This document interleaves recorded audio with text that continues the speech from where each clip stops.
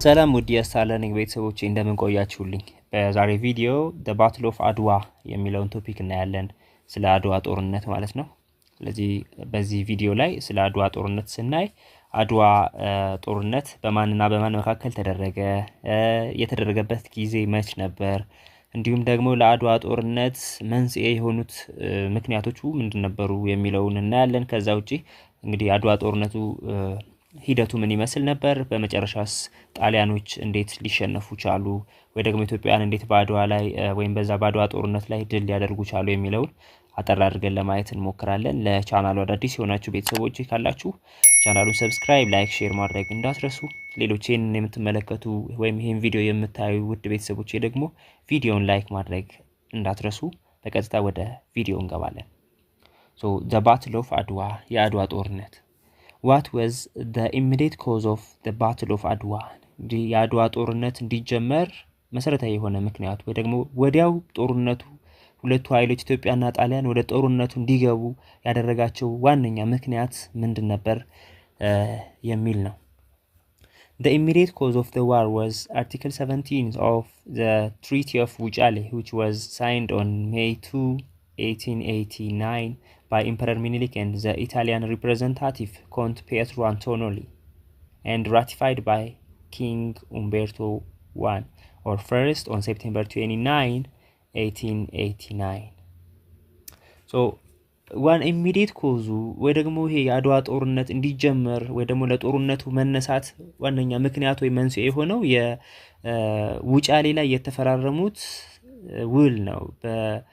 ኮንት ፔትሮ አንቶኖሊ የጣሊያን መንግስት ተወካዩ ሪፕሬዘንታቲቭ እና በአጼ ምኒልክ አማካኝነት ውጫሌ የሚባል ቦታ ላይ የተፈረመው ስምምነት የውጫሌ ውል 17ኛው አንቀጽ በተለይ ለአድዋ ጦርነት መነሳት ዋነኛ መንስኤ ነው ማለት ነው።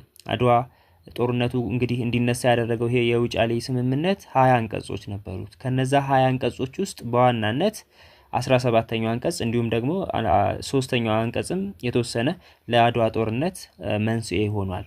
በዋናነት ግን የአድዋ ጦርነት እንዲነሳ ያደረገው የዚህ የውጫሌ ስምምነት 17ኛው አንቀጽ በሁለቱ ቋንቋዎች በጣሊያንኛና በአማርኛ ነበር ውሉ ወይም ስምምነቱ የተፈረመው እና 17ኛው አንቀጽ ላይ በሁለቱ ቋንቋዎች ሲጻፍ የተለያየ ትርጉም ስላለው የአድዋ ጦርነት እንግዲህ በኢትዮጵያና በጣሊያን መካከል እንዲነሳ ወይም እንዲደረግ ወይም ወደዛ ግጭት እንዲገቡ ዋነኛ ኮዝ ወይ ደግሞ ምክንያት ነው የውጫሌ ውል 17ኛ አንቀጽ ማለት ነው።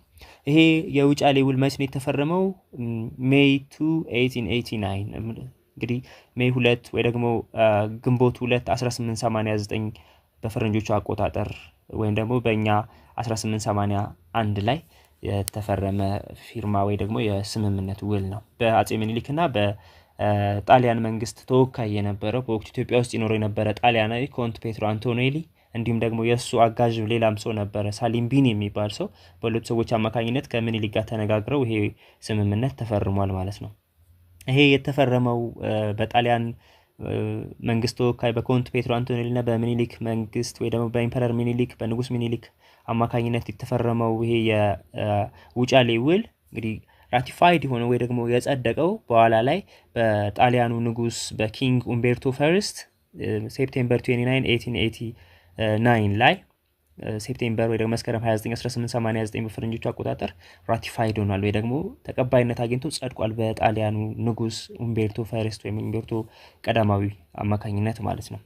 So ግራዝማች ዮሴፍ was Menelik's secretary and translator at ውጫሌ። እንግዲህ የውሉ ሲፈረም አጼ ምኒልክ ጣሊያንኛ አይናገሩም። ስለዚህ እያስተረጎመ ትርጉም እንዲሰራ የነበረው ወይም ትራንስሌት የሚያደርገው ተርጓሚው ግራዝማች ዮሴፍ ይባላል በኢትዮጵያ በኩል ማለት ነው። ውሉ ሲፈረም የምኒልክ ጸሐፊ የነበረው ውሉ ሲጻፍ ሲፈረም እንግዲህ ጸሐፊ የነበረውና ተርጓሚም ጭምር የነበረው ግራዝማች ዮሴፍ ይባላል በኢትዮጵያ በኩል ማለት ነው። The Treaty of ውጫሌ was written and signed in both in Amharic and Italian language ነው። ይሄ የውጫሌ ውል የተፈረመው ወይ ደግሞ የተጻፈውና የተፈረመው ወይም ከስምምነት የደረሱት በሁለት ቋንቋ ነበር የተጠቀሙት ማለት ነው። አንደኛው አማርኛ ነው፣ ሁለተኛው በጣሊያንኛ ቋንቋ ተጽፏል ማለት ነው ይሄ የውጫሌ ውል። ስለዚህ በሁለቱ ቋንቋዎች ነው የተፈረመው ይሄ የውጫሌ ውል ማለት ነው። A literal translation of the Italian version of Article 17 reads His Majesty the King of Kings of Ethiopia consents to avail himself of the government of His Majesty the King of Italy for all negotiation of affairs which he might have with other powers or government ይላል። የጣሊያንኛው 17ኛው አንቀጽ የውጫሌ ውል ማለት ነው። ይሄ ምን ማለት ነው? ባጭሩ የግርማዊ የኢትዮጵያ ንጉሠ ነገሥት ከሌሎች የአውሮፓ ሀያላን መንግስታት ወይም ሀገሮች ጋር ለሚያደርጉት ማንኛውም ግንኙነት በጣሊያኑ ንጉስ ወይ ደግሞ በጣሊያን በኩል ማድረግ ይገባቸዋል የሚል ነው። ወይ ደግሞ የኢትዮጵያ ንጉሠ ነገሥት ከአውሮፓ ነገስታት ወይም ሀገሮች ጋር ለሚፈልጉት ጉዳይ ሁሉ በጣሊያን መንግስት አጋዥነት መላላክ ይገባቸዋል፣ ማድረግ አለባቸው ይላል። ስለዚህ በጣሊያን በኩል ነው የትኛውንም አይነት ከውጭ የሚደረግ የትኛውም የአውሮፓ መንግስታት ወይም ሀገሮች ጋር ያላቸው ግንኙነት ማድረግ የሚገባቸው በጣሊያን መንግስት በኩል ብቻ ነው የሚል አስገዳጅነት ያለው ውል ነው። በጣሊያንኛ የተጻፈው የውጫሌ ውል 17ኛው አንቀጽ ማለት ነው። The Amharic version says የኢትዮጵያ ንጉሠ ነገሥት ከአውሮፓ ነገስታት ለሚፈልጉት ጉዳይ ሁሉ በኢጣሊያ መንግስት አጋዥነት መላላክ ይቻላቸዋል። የአማርኛው ትርጉም ይሄ ነው። የጣሊያንኛው ደግሞ ይገባቸዋል ወይ ደግሞ አለባቸው የሚል አስገዳጅነት ያለው ውል ነው የጣሊያንኛው 17ኛው አንቀጽ። ስለዚህ የአማርኛውና የጣሊያንኛው አንቀጽ የተለያየ ነበር በውጫሌ ላይ የተፈረመው ውል ማለት ነው። ሶ ኢታሊያን አክሽን የጣሊያን ከውሉ መፈረም በኋላ ምን አደረጉ ነው? less than 2 weeks after its ratification of the treaty እንግዲህ ከሁለት ሳምንት ባነሰ ጊዜ ውስጥ ውሉ ከተፈረመ ወይ የውጫሌ ውል ከተፈረመና ከጸደቀ ከሁለት ሳምንት ባነሰ ጊዜ ውስጥ the Italian government clear its claim to other European governments ነው። እንግዲህ ጣሊያኖች ይሄ ውል እንደተፈረመ ሁለት ሳምንት እንኳን ሳይሞላው ይሄን የውጫሌ ውል ስምምነቱ የተፈራረሙትን ስምምነት ለሌሎች የአውሮፓ ሀያላን መንግስታቶች ጭምር አሳውቀው ወይ ደግሞ አሳይተው ነበር፣ ልከው ነበር ነው። as a result 12 European governments and the USA accepted Italian protectorate of Ethiopia እንግዲህ ጣሊያኖች የተፈራረሙትን ውል በጣሊያንኛ የተጻፈውን የተረጎሙ ወደነሱ ወደ ሌሎች ሀገሮች የላኩትን ይሄንን ስምምነት ከላኩና ካሳውቁ በኋላ 12 የሚሆኑ የአውሮፓ ሀገራት እንዲሁም አሜሪካ ወይ ደግሞ USA የምትባለው ሀገር ምን አደረጉ? አክሰፕት አደረጉ ጣሊያን የኢትዮጵያ ሞግዚት እንደሆነች ወይ ደግሞ ኢትዮጵያ በጣሊያን ሞግዚትነት ስር ወይ ደግሞ አስተዳዳሪነት ስር ወይ ደግሞ ዋነኛ ፖይንቱ ኢትዮጵያ በጣሊያን ስር እንደሆነች አድርገው ገልጸው እንግዲህ እነዚህ 12 የአውሮፓ ሀገሮችና አሜሪካ ጭምር አክሰፕት አድርገው ተቀበለው ወይም አምነው ነበር ነው። the only country which openly protested was Russia እንግዲህ ይሄንን ያልተቀበለችው የተቃወመችው ራሽያ ብቻ ነበረች። በወቅቱ ደብዳቤ ከተላከላቸው ሀገሮች የአውሮፓ ሀገሮች ውስጥ 12ቱ አሜሪካና ሌሎች 12 የአውሮፓ ሀገሮች ሲቀበሉ ራሽያ ብቻ ይሄንን ስምምነት ፕሮቴስት አድርጋ ወይ ደግሞ ተቃውማ ውድቅ አድርጋ ነበረ ማለት ነው። እንግዲህ እነዚህ 12ቱ የአውሮፓ ሀገሮች እና አሜሪካን ጨምሮ ጣሊያን ኢትዮጵያን እንደያዘች አክሰፕት አድርገው ተቀብለው ነበር። ምክንያቱም በጣሊያንኛ የተጻፈው 17ኛው አንቀጽ ኢትዮጵያ ተስማምታ እንደፈረመችው ነው እነሱ የሚያውቁት። ምክንያቱም ጣሊያኖች የነገሩት በኢትዮጵያና በጣሊያን መካከል የተፈረመ ስምምነት ነው። ስለዚህ የትርጉም መዛባት እንዳለ አያውቁም እነዚህ የአውሮፓ ሀገሮች። ስለዚህ ከጣሊያን የደረሳቸውን ደብዳቤ ተቀብለው አክሰፕት አድርገውት ወይም ደግሞ ተቀብለውት ነበረ፣ እውቅናም ሰጥተውት ነበረ። ኢትዮጵያ በጣሊያን ስር ወይም በጣሊያን ግዛት ስር እንደሆነች ጭምር አክሰፕት አድርገዋል። ብቸኛዋ ፕሮቴስት ያደረገችው የተቃወመችው ሀገር ግን በወቅቱ ራሽያ ብቻ ነበረች ነው። On August 24, 1890, Emperor Menelik wrote a letter to Italy demanding that the error must be corrected.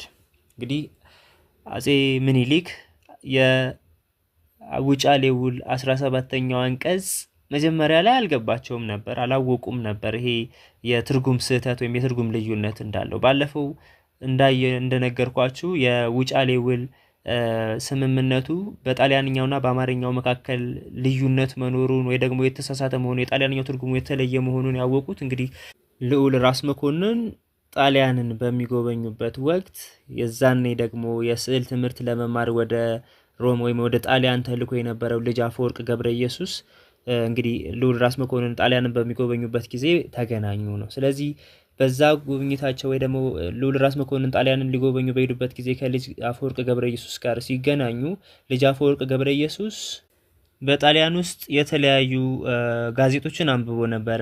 እነዛ ጋዜጦች ስለ ውጫሌው ለ17ኛ አንቀጽና ኢትዮጵያ በጣሊያን ስር መግባቷን ስለመፈራረሟም ጭምር የሚገልጹ የተለያዩ ጋዜጦችን አንብቦ ስለነበር ለልዑል ራስ መኮንን ያንን ሁኔታ ይነግራቸዋል ማለት ነው።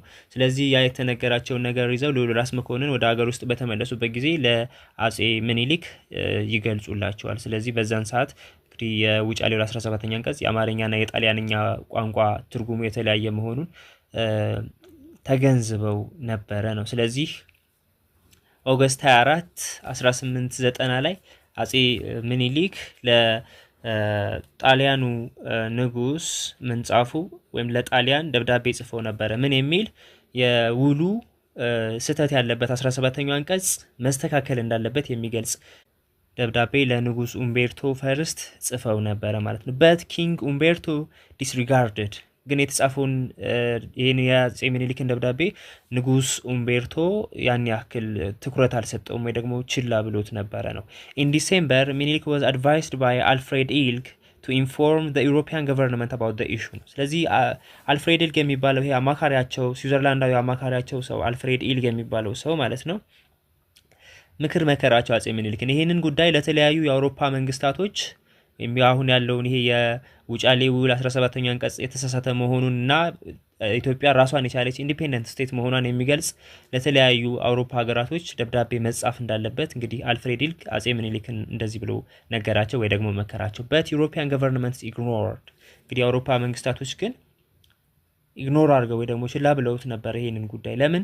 የጣሊያን ውሉ ከተፈራረሙ በኋላ ለሁሉም የአውሮፓ መንግስታቶች በተለይ እነዚህ 12ቱ የአውሮፓ መንግስታቶች ለአሜሪካ ለነራሻ ጭምር ይሄን በደብዳቤ አሳውቀው ስለነበረ ያን ያክል ትኩረት አልሰጡም ነበር ለኢትዮጵያውያኖች ወለና አጼ ምኒልክ ማለት ነው። In February 1891 Minilik dispatched another letter to Umberto which informed Article 70 must be null and void. So February ወይ ደግሞ የካቲት 1891 ላይ አጼ ምኒልክ ሌላ ደብዳቤ ለንጉስ ኡምቤርቶ ላኩ ወይም ጻፉ። ምን የሚል? አርቲክል 17 ወይ ደግሞ የውጫሌው 17ኛው አንቀጽ እንዳይጸናና እንዲሰረዝ ወይ ደግሞ እንዲጠፋ የሚጠይቅ ደብዳቤ በድጋሚ ጽፈው ነበር። and that he would not accept any obligation whatsoever which limited his independence ይላል። ሶ ይሄንን ስምምነት ማይቀበል ቢሆንም እንኳን ያ እንግዲህ በግዴታ እንዲቀበል ለማድረግም ጭምር እና ያንን ነፃነታቸውንም እንደሚያስከብሩ የሚገልጽ ደብዳቤ ለንጉስ ኡምቤርቶ አጼ ምኒልክ ፌብሩዋሪ 1891 ላይ ጽፈዋል ማለት ነው። ሶ ኔክስት ፖይንት the road to አድዋ ይላል። እንግዲህ ከዚህ ሁሉ ዲፕሎማቲክ ስራ በኋላ እንግዲህ ወደ ጦርነት ወደ አድዋ ጦርነት ነው ከዛ በኋላ ነው የሄዱት። ብዙ የዲፕሎማሲያዊ በሆነ መንገድ ወይ ፒስፉል በሆነ መንገድ ለመፍታት ብዙ ጥረት አድርገዋል በተለይ አጼ ምኒልክ። ነገር ግን ጦርነቱ የማይቀር እንደሆነ ሲያውቁት እንግዲህ የክተት አዋጅ አውጀው መስከረም 17 1888 ወይ ደግሞ 1896 በፈረንጆቹ አቆጣጠር አዋጅ ወይ ደግሞ የክተት አዋጅ አጼ ምኒልክ አውጀው ወደ አድዋ ጉዞ ተጀመረ። the road to አድዋ። So who lead the Ethiopian force at the battle of Adwa? በአድዋ ጦርነት የኢትዮጵያን ወታደር ወይ የኢትዮጵያን ጦር ሚመራው ማን ነበር የሚል ነው። So by the end of 1895 diplomatic did not bring the desired result for both Minilik and the Italians. ስለዚህ ይሄ ዲፕሎማሲያዊ በሆነ መንገድ ችግሩን ለመቅረፍ የሄዱበት ሂደት ወይ ደግሞ የነበራቸው ምኞት በሁለቱም ወገኖች አልሰራም 1895 መጨረሻ ድረስ ማለት ነው።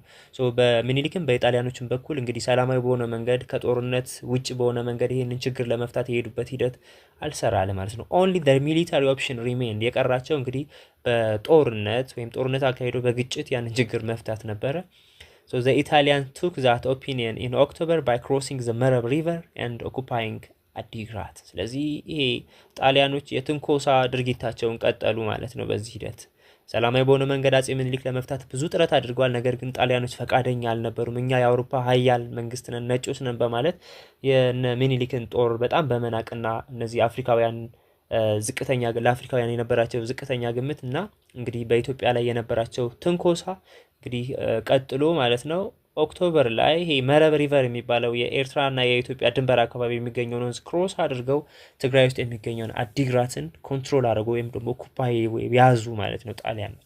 In the following weeks Menelik mobilized his troops and accompanied by his wife Empress Taitu marched north to meet them. እንግዲህ የክተት አዋጁ ከታወጀ በኋላ አጼ ምኒልክ 1895 እንግዲህ ጦርነቱ ሊደረግ ሲል ማለት ነው 1888 መስከረም 17 ላይ የአድዋ ጦርነት የክተት አዋጁን አውጀው ጦራቸውን ማንቀሳቀስ ጀመሩ። ከማን ጋር ሆኖ? ከባለቤታቸው ከንግስት ጣይቱ ጋር ሆነው እንግዲህ ጦሩን እየመሩ ወደ ሰሜን ዘመቱ ማለት ነው፣ ወደ አድዋ። Then his army was remarkable not only for its size but also as a powerful demonstration of national unity ነው። ስለዚህ ይሄ የሚመሩት የኢትዮጵያ ጦር በጣም አስደናቂ የሆነ በሀገር ፍቅር የተሞላ በወኔ የተሞላ ደርሶ ቶሎ ለመዋጋት በጣም ከፍተኛ የሆነ ፍላጎት የነበረው ጦር ነበረ። ዳግማዊ አጼ ምኒልክ እየመሩ ወደ ሰሜን ወይ ደግሞ ወደ አድዋ ይዘውት የሄዱት ማለት ነው። During this time all region in Ethiopia sent their troops ነው። እንግዲህ አድዋን በጣም ለየት የሚያደርገውና እንግዲህ በጣም ገናና ስም እንዲኖር ያደረገው አንድ አካባቢ ላይ ያሉ የኢትዮጵያ ዜጎች ብቻ የተዋጉበት ጦርነት አይደለም። ሁሉም አካባቢዎች ከምኒልክ ጋር ቅራኔ ውስጥ የነበሩት የክልል ገዢዎችም ጭምር ጦራቸውን ልከው ከምኒልክ ጋር ለጊዜ የነበራቸውን ችግር ወደ ጎን ትተው ለሀገራቸው በአንድ የተሰለፉበት ጦርነት ነው። ይሄ የአድዋ ጦርነት ነው። ስለዚህ ሁሉም አካባቢዎች ወታደሮቻቸውን ልከው ዘምተዋል አድዋ ላይ ማለት ነው። The Ethiopian troops were commanded by ራስ መኮንን ወልደ ሚካኤል፣ ራስ መንገሻ ዮሐንስ፣ ንጉስ ተክለ ሃይማኖት and all of them were commanded by Emperor Minilik። እንግዲህ የኢትዮጵያን ጦር አዛዦቹ ወይ ደግሞ መሪዎቹ አንደኛው ራስ መኮንን የሚባለው ሰው ነበር። ራስ መኮንን ወልደ ሚካኤል በተለየ ሐረርጌ አካባቢ ጦርን ይመራ የነበረ ሰው ነው። ራስ መንገሻ ዮሐንስ ትግራይ አካባቢ ያለውን ጦር ይመራ ነበር። ንጉስ ተክለ ሃይማኖት የጎጃምን ጦር እየመራ ወደ አድዋ የሄደ ሰው ነው። ከዛ ውጭ ራስ ሚካኤል የወሎን ጦር እየመራ የሄደ ሰው ነው። ስለዚህ እነዚህ ሁሉ የጦር መሪዎች ናቸው። እነዚህን ደግሞ እንዳጠቃላይ የሚያዛቸው ደግሞ ኢምፐረር ሚኒሊክ ወይ ደግሞ አጼ ሚኒሊክ ነበሩ። ዳግማዊ አጼ ሚኒሊክ እነዚህን ራስ መኮንንን፣ ራስ መንገሻ፣ ንጉስ ተክለ ሃይማኖትን፣ ራስ ሚካኤል እነዚህ የጦር መሪዎች ጭምር ደግሞ እንዳጠቃላይ ኮማንድ የሚደረጉት የሚያዟቸው ደግሞ ዳግማዊ አጼ ምኒልክ ነበሩ ማለት ነው። Facing them were Italian columns led by General Vittorio da Bormida, Giuseppe Arimondi and Matteo Albertoni, and all of them were commanded by Oreste Baratieri። የኢትዮጵያ ተጋጣሚዎች ደግሞ ተቃራኒ የነበሩት የጣሊያንን ጦር የሚመሩት ጣሊያናውያን ጀነራሎች ደግሞ አንደኛው ጀነራል ቪቶሪዮ ዳ ቦርሚዳ ነበር። ሌላው ጁሴፔ አሪሞንዲ እንዲሁም ማቴዮ አልቤርቶኒ እነዚህ የጣሊያንን ጦር ይመሩ ነበር። እነዚህን ሰዎች ደግሞ እንዳጠቃላይ ደግሞ የዚህ የጣሊያንን አጠቃላይ ጦር ይመራ የነበረው ሰው ደግሞ ጀነራል ኦሬስቴ ባሪያቲሪ ነበረ ማለት ነው። ስለዚህ የጣሊያንን ጦር የሚመሩት እነዚህ ሰዎች ነበሩ ነው። እንደውም ይሄ ባሪያቲሪ የሚባለው የጣሊያንን ጦር ይመራ የነበረው ሰው ሮም ውስጥ ከአድዋ ጦርነት መጀመር በፊት ንግግር ሲያደርግ ምኒልክን በቀፎ አስሬ ወደ ሮም አመጣዋለሁ ብሎ በጣም በኋላ ላይ መሳቂያ ያደረገውን ንግግርም ጭምር ተናግሮ ነበር። ከጦርነቱ በፊት እንደሚያሸንፉ እርግጠኞችም ስለነበሩ ካላቸው የጦር ሰራዊት የዘመናዊ መሳሪያ ትጥቅ ልዩነት በመነሳት እና ለምኒልክ ጦር ወይ ደግሞ ለኢትዮጵያውያን ከነበራቸው ዝቅተኛ ግምት የተነሳ እንግዲህ እንደሚያሸንፉ እርግጠኛ ስለነበር ይሄ ባሪያቲሪ የሚባለው የጣሊያንን ጦር ይመራ የነበረው ጀነራል ምኒልክን በቀፎ አስሬ ወደ ሮም አመጣዋለሁ ብሎ ለጣሊያናውያን ቃል ገብቶ ነበር፣ ሮም ላይ ከጦርነቱ በፊት ማለት ነው። By midday of March 1 at the Battle of Adwa, Italians were defeated and for the time being Italian colonial ambition was dead. So ማርች 1 ላይ 1888 ወይ ደግሞ 1896 በእነሱ አቆጣጠር ማርች 1 ላይ መጋቢት 1 1896 አድዋ የሚባለው ቦታ ላይ ኢትዮጵያና ጣሊያን ተጋጥመው የሚኒሊክና የባሪያቲሪ ጦር ተጋጥመው ኢትዮጵያኖች አሸነፉ ወይ ደግሞ ጣሊያኖች ዲፊትድ ተሸነፉ ማለት ነው። ስለዚህ እዚህ አድዋ የሚባለው ጦርነት ላይ ጣሊያኖች ሲሸነፉ የነበራቸው ይሄ ኮሎኒያል አምቢሽን ወይ ደግሞ የቅኝ የመግዛት ምኞታቸውም ጭምር አብሮ ተገቶ ነበረ ማለት ነው። ኢንዲፔንደንት ኢትዮጵያ ሰርቫይቭ ነው። እንግዲህ ኢትዮጵያም ነፃነቷን አስቀጠለች ማለት ነው። በጣሊያን የመያዟ እድል ሙሉ በሙሉ እዛ ላይ ተደመደመ ጣሊያንን ስላሸነፈች ነው። እዚህ ጋር ስለ አድዋ ተጨማሪ ነገር ለመናገር ያክል እንግዲህ ጣሊያኖች ኢትዮጵያን ሙሉ በሙሉ መግዛት ከፍተኛ የሆነ ፍላጎት ነበራቸው።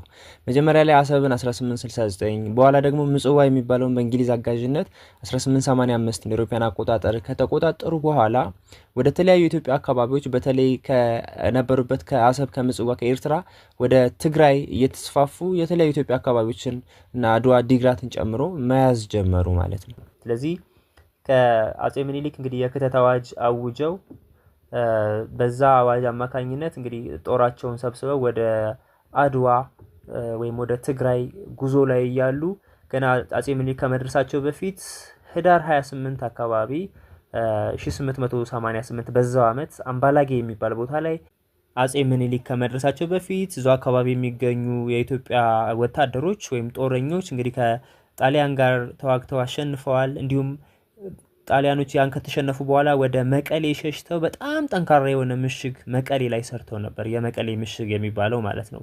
እሱንም እንዲሁም ታህሳስ ላይ 1888 በዚያው አመት ጣሊያኖች ከኢትዮጵያን ጋር ተዋግተው እንግዲህ የኢትዮጵያ በጣም ብዙ ጦር አልቆም ጭምር ኢትዮጵያኖች ያንን አካባቢ አሸንፈው አስለቅቋቸው ነበር።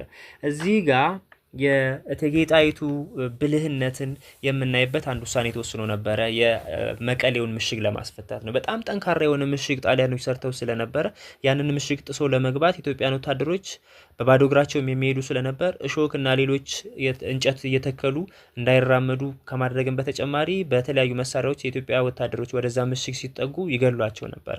ስለዚህ በዚህ ጊዜ እቴጌ ጣይቱ አንድ ዘዴ አሰቡ ወይም አመጡ። ምን አይነት ዘዴ ነበረ? ወደ ጣሊያን ካምፕ ወደ ምሽጉ የሚገባ ውሃ ነበረ። ስለዚህ ያንን ውሃ በሌላ አቅጣጫ እንዲፈስ አደረጉት።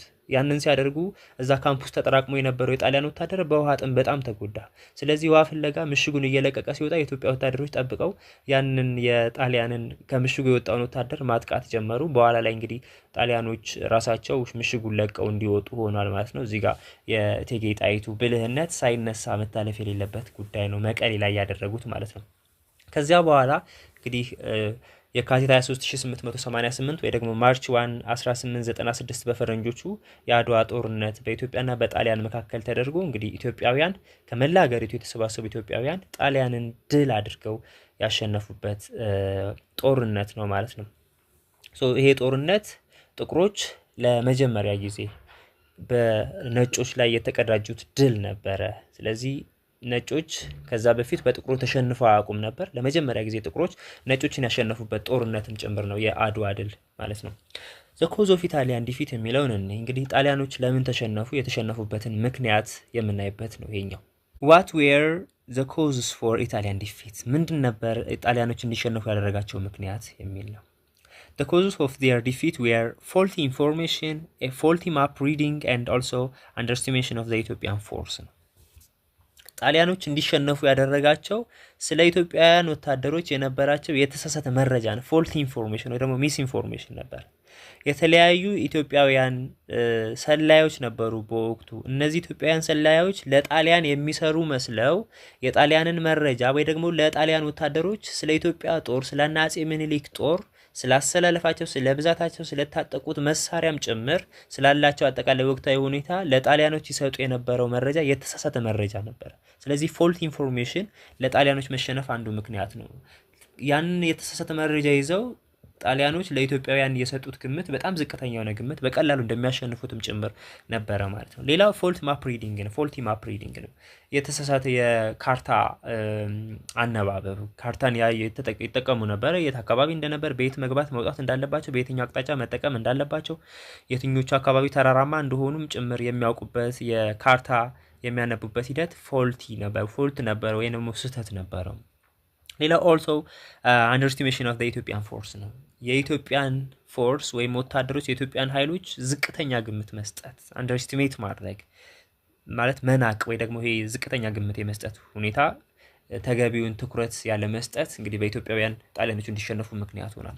more than anybody else the impact of Adwa was very much felt by the participants of the war. እንግዲህ የጦርነቱን አስከፊነት በጦርነቱ የደረሰውን ጉዳት በደንብ የሚረዱት እነዚህ በጦርነቱ ላይ የተሳተፉት ሰዎች ወይ ደግሞ ወታደሮች ናቸው። በደንብ ስለ ጦርነቱ መረዳት የሚችሉት ነው የሚለው እዚህ ጋር in the Italy the defeat gave a moral boost to the anti-colonialist elements in the country. እንግዲህ ጣሊያን ውስጥ ይሄንን ኮሎኒያሊዝምን ፕሮቴስት የሚያደርጉ የሚቃወሙ ሰዎች ነበረ። ስለዚህ የጣሊያን መሸነፍ ጣሊያን ውስጥ ብቻ ሳይሆን በሌሎች አካባቢዎችም አንቲ ኮሎኒያሊስት የሆኑ ጸረ ቅኝ ግዛት የሆኑ ሰዎች አሉ፣ ቅኝ ግዛትን የሚቃወሙ ሰዎች። ስለዚህ ኢትዮጵያውያን ጣሊያንን የማሸነፋቸው ዜና ሲሰማ ሞራላቸውን ከፍ አድርጎት ነበረ ነው ማለት ቅኝ ግዛትን የማይፈልጉ ሰዎች ቅኝ ተገዢዎቹ ቅኝ ገዢዎቹን ሲያሸንፉ ያላቸው የሞራል ልዕልና ከፍ ይላል ነው። ሞራል ቡስት ወይ ደግሞ ይሄ ሞራላቸው ከፍ እንዲል አድርጓቸዋል፣ በተለይ አንቲ ኮሎኒያሊስቶቹ ማለት ነው። So shots of Viva Minilik were heard in the streets of Rome and other major Italian cities. ይሄ ቪቫ ሚኒሊክ በተለይ ጣሊያን በአድዋ ላይ በኢትዮጵያኖች በነ ሚኒሊክ ከተሸነፈች በኋላ በተለያዩ የጣሊያን ጎዳናዎች ላይ ወይም መንገዶች ላይ ቪቫ ሚኒሊክ የሚል ጩኸት በጣሊያን ዜጎች ይሰማ ነበረ ነው። ቪቫ ሚኒሊክ እያሉ ሚኒሊክን የሚያሞግሱ ሰዎች በጣሊያን ወይ በሮም እና በሌሎች በነ ሚላን የጣሊያን አካባቢዎች ወይም ጎዳናዎች፣ መንገዶች ወይም ከተሞች ጎዳናዎች ላይ እንግዲህ ይሄ ቪቫ ሚኒሊክ የሚለው ድምጽ በደንብ ጮክ ብለው ጣሊያኖች ይጮሁ ለሚኒሊክ የነበራቸውን አድናቆት ይገልጹ ነበር ነው። Nearly 100,000 people signed a petition calling for Italy's total withdrawal from Africa. ወደ 100,000 የሚጠጉ ሰዎች ደግሞ ፒቲሽን ተፈራርመው ነበረ፣ አቤቱታ አቅርበው ነበረ። ምን የሚል ነበር ያቀረቡት አቤቱታ ወይ ደግሞ የተፈራረሙት ፒቲሽን? ጣሊያኖች ከአፍሪካ ሙሉ በሙሉ ለቀው እንዲወጡ፣ ይሄ አፍሪካ ውስጥ የነበራቸው የጣሊያን ወታደሮች ወይም የጣሊያን ዜጎች በሙሉ ከአፍሪካ ተጠራርገው ወደ ጣሊያን እንዲወጡ የሚጠይቅ አቤቱታ አቅርበው ነበረ። ከ100,000 የሚበልጡ ጣሊያናውያን ወይም ደግሞ ሰዎች ማለት ነው። The Prime Minister Francesco Crispi was forced to abdicate. ሌላው ከጦርነቱ በኋላ የጣሊያን ጠቅላይ ሚኒስተር የነበረው ፍራንሲስኮ ክሪስፒ የሚባለው ሰው እንግዲህ በፈቃዱ ስልጣኑን እንዲለቅ በጣም ከፍተኛ የሆነ ግፊት ይደረግበት ነበር። የሚኖርበት አካባቢ ጭምር እየሄዱ ሰዎች ቤቱን እስከ መደብደብ ጭምር ደርሰው ነበር። በኋላ ላይ ይሄ ሰውዬ እንግዲህ ራሱን ሪዛይን አድርጓል፣ ከጠቅላይ ሚኒስተርነቱ በፈቃዱ ስልጣኑን ለቋል። ሶ ጀነራል ባራቴሪ was brought to court for his poor command ነው። ቅድም ምን አልኩ? ባራቴሪ የሚባለው ይሄ የጣሊያንን ጦር በኢትዮጵያ የነበረውን አጠቃላይ የጣሊያንን ጦር የሚያዘው አዛዡ ከጦርነቱ በፊት ወይም አድዋ ጦርነት ከመደረጉ በፊት ሮም ላይ ባደረገው ንግግር ሚኒሊክን በቀፎ አስሬ ወደ ሮም አመጣዋለሁ ብሎ ዝቶ ነበር። ስለዚህ ከዛ ጦርነት ከተሸነፉ በኋላ ጀነራል ባራቴሪ ለፍርድ እንዲቀርብም ጭምር ብዙ ዜጎች ይጠይቁ ነበር። በነበረው ደካማ አመራር በሱ ምክንያት እንደተሸነፉ ስለሚቆጥሩ ወይ ደግሞ እንደዛ ፊል ስላደረጉ ለፍርድ እንዲቀርብ ጭምር አድርገው ነበር። በነገራችን ላይ በዚህ ጦርነት ከተሸነፉ በኋላ ማርች 14 የንጉስ ኡምቤርቶ ልደት ነበር እና የንጉስ ኡምቤርቶ ልደት ማርች 14 ላይ የሚከበረው ያ የልደት ቀናቸው በድምቀት ይከበር ነበር። የሀዘን ቀን ሆኖ እንዲውልም ጭምር ተደርጓል። አድዋ ላይ ማርች 1 ከተሸነፉ በኋላ ማለት ነው እና በጣም ከፍተኛ የሆነ ተጽዕኖ ነበረው ይሄ የአድዋ ድል፣ ኢትዮጵያኖች ያስመዘገቡት የአድዋ ድል ማለት ነው። The Treaty of Addis Ababa was signed on 26 October 1896. እንግዲህ ከጦርነቱ በኋላ የአዲስ አበባው ስምምነት ተፈረመ። መቼ? ኦክቶበር 26 1896 ላይ ማለት ነው። So the main provision of this treaty were እንግዲህ ዋነኛ የስምምነቱ ጉዳዮች ምንድናቸው የሚለውን ስናይ አንደኛው the abrogation of the treaty of ውጫሌ ነው። እንግዲህ የውጫሌ ውል 1881 በእኛ አቆጣጠር የተፈረመው የውጫሌ ውል ሙሉ በሙሉ እንዲሻር የሚያደርግ ነበረ። አንዱ አዲስ አበባ ላይ የተፈረመው የሰላም ስምምነት ማለት ነው። ሁለተኛው ኢታሊያን ሪኮግኒሽን ኦፍ ዘ አብሶሉት ኢንዲፔንደንስ ኦፍ ኢትዮጵያ እንግዲህ ጣሊያኖች የኢትዮጵያን ፍጹም ነፃ የመሆን ወይም ደግሞ የነፃነታቸውን ጭምር ሪኮግናይዝ እንዲያደርጉ እውቅና እንዲሰጡ የሚያደርግ ስምምነት ነበር። ዘ ሪፓትሪዬሽን ኦፍ ዘ ኢታሊያን ፕሪዝነርስ ነው። ሌላው በአድዋ ጦርነት የተማረኩ ወይም የታሰሩ ጣሊያናውያን ዜጎች ነበሩ። ስለዚህ እነዚህ ጣሊያናውያን እስረኞች ወይ ደግሞ ምርኮኞች ወደ ሀገራቸው እንዲመለሱ የሚያደርግ ስምምነት ነበር ሌላኛው ማለት ነው። the Italian colony of Eritrea was left future negotiation ሌላውና ዋነኛው በዚህ ስምምነት ላይ የተፈረመው እንግዲህ ጣሊያኖች አድዋ ላይ ከተሸነፉ በኋላ ወደ ኤርትራ ሸሽተው ነበር። ኤርትራ አካባቢ ነበር ያረፉት ወይም የተሰበሰቡት ማለት ነው። የተሸነፈው ወይም ያመለጠው ከሞትና ከምርኮ የዳነው የጣሊያን ጦር ወደዛ ነው የሸሸው ወደ ኤርትራ። ስለዚህ ኤርትራ አሁንም በጣሊያን ስር ነበረች። ስለዚህ ይሄ የጣሊያን በኤርትራ የነበራት ግዛት ወደፊት በስምምነት በንግግር በውይይት እንዲፈታ ወደፊት ወይም ደግሞ ለወደፊት ፊውቸር ኔጎሺዬሽን እንዲተው ተደረገ ነው። በወቅቱ እንግዲህ ለምንድነው የአጼ ምኒልክ ጦር እስከ ኤርትራ ድረስ ተሻግሮ የጣሊያንን ጦር እስከ መጨረሻው ያላባረረው የሚለው እንግዲህ በጣም በብዙዎች ዘንድ የሚነሳ ሁልጊዜ የሚነሳ ጥያቄ ነው። ስለዚህ ያኛው ወደፊት እንግዲህ በውይይት እንዲፈታ የሚያደርግ ስምምነት ነበረ ማለት ነው። በመሃል ግን ጣሊያን ኤሪትሪያን ትታ ወይም ለቃ የምትወጣ ከሆነ ለኢትዮጵያም ጭምር መልሳ ወይ ደግሞ አስረክባ እንደምትወጣም ጭምር የሚገልጽ ስምምነት ነበር። ይሄ የኢጣሊያን ኮሎኒ ኦፍ ኤሪትሪያ ዋዝ ሌፍት ፊውቸር ኔጎሺዬሽን የሚለው የውይይቱ አንቀጽ ማለት ነው። ለዛሬ ይዤላችሁ የቀረብኩት ቪዲዮ ይህንን ይመስላል። ማንኛውም ሀሳብ አስተያየት ካላችሁ ኮሜንት ላይ ጻፉልኝ። ለቻናሉ አዳዲስ የሆናችሁ ውድ ቤተሰቦቼ ደግሞ ቻናሉን ሰብስክራይብ፣ ላይክ፣ ሼር ማድረግ እንዳትረሱ። የዛሬውን እዚህ ላይ አበቃው።